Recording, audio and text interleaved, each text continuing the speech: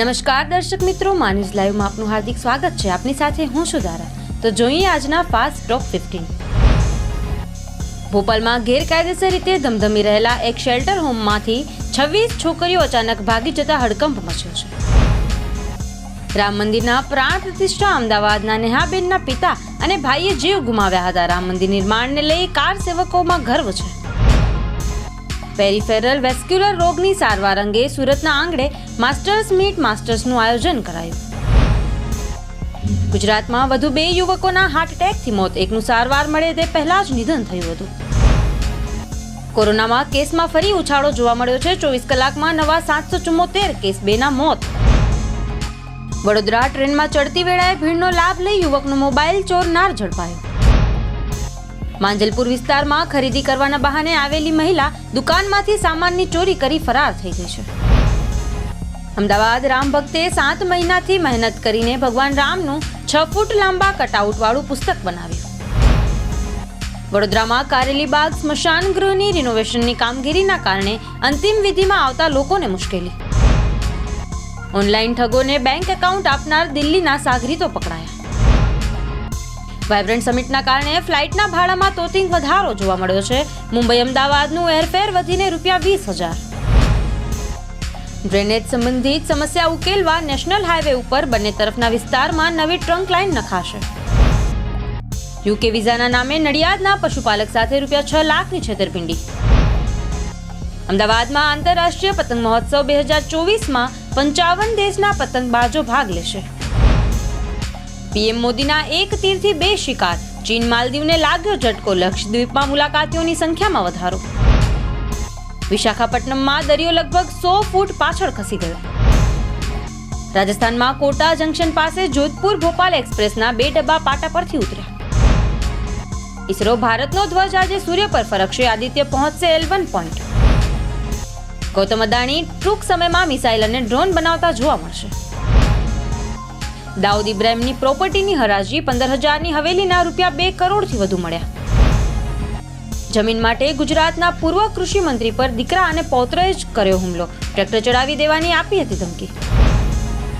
અમદાવાદમાં વધુ એક AMTS બસનો ડ્રાઈવર નશાની હાલતમાં ઝડપાયો. સુરતમાં બંદૂકની અણીએ 88 લાખની લૂંટનો બનાવ સામે આવતા હડકંપ મચી ગયો છે. વડોદરાના ભાયરી વિસ્તારમાં ઘી વેચવા આવેલી મહિલાએ 5 લાખના ઘરેણા ચોરી કરી છે.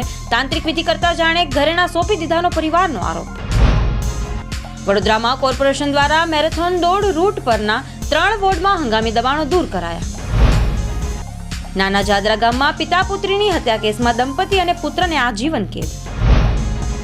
નડિયાદમાં સરકારી નોકરીની લાલચ આપી છેતરપિંડી આચરનાર એક ઝડપાયો.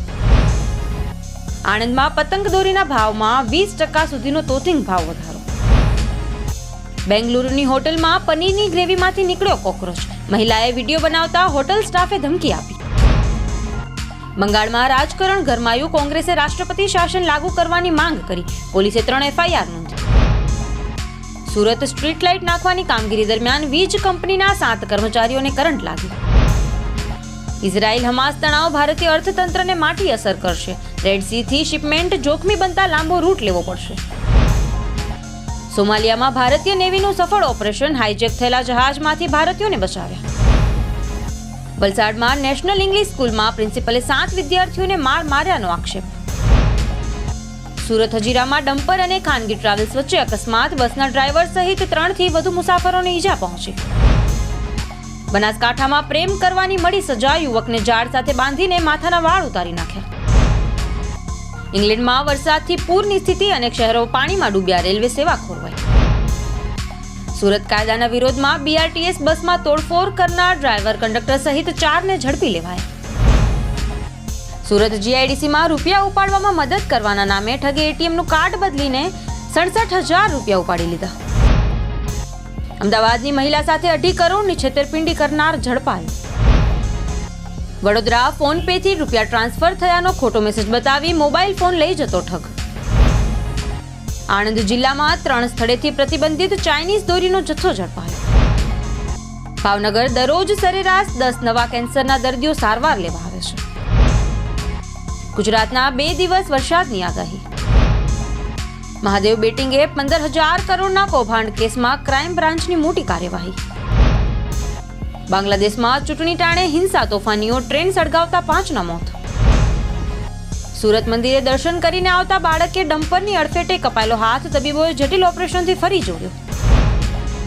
2024માં દુનિયાના 64 દેશોમાં યોજાશે ચૂંટણી. 400 કરોડ લોકો કરશે મતદાન.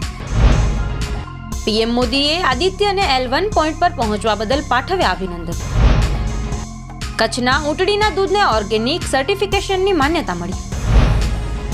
આ સાથે તમામ માહિતીનું અપડેટ આપના સુધી પહોંચાડતા રહીશું. ત્યાં સુધી જોડાયેલા રહો મા ન્યૂઝ લાઈવ સાથે.